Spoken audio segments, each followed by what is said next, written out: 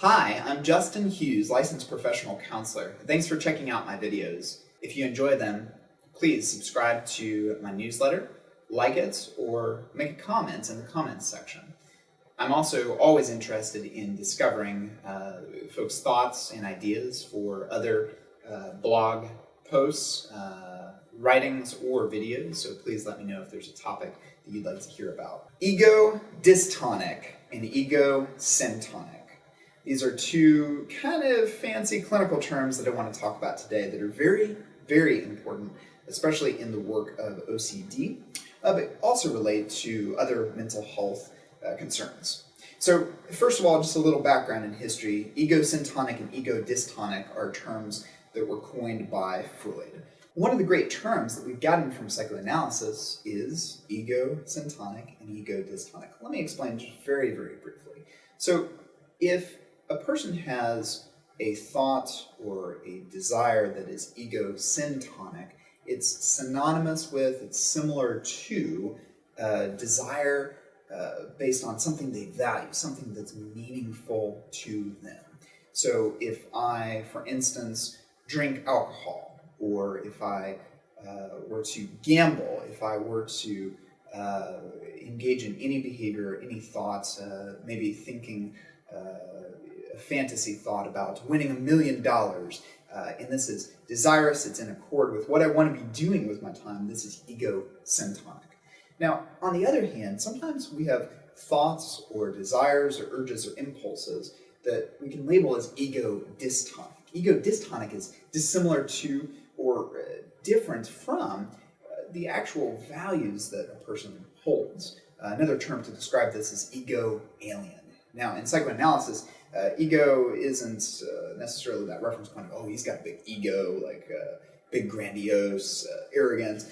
Ego, in this sense, reflects what Freud was saying, so kind of the seat of personality, in that sense. This designation is really important because in work with OCD, many times people will come in complaining that they are concerned about acting upon a thought, an urge, an impulse, that if we break it down, many times is egodystonic. Now, not always, but many times it is. So classic examples are having an urge or an impulse or a thought to harm someone else, having a sexual thought that the person does not want to act upon, sex with someone other than their spouse, for example, or violence towards another person.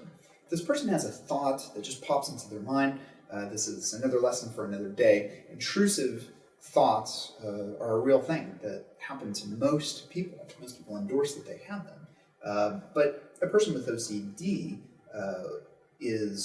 experiences that thought in a way that they latch onto it.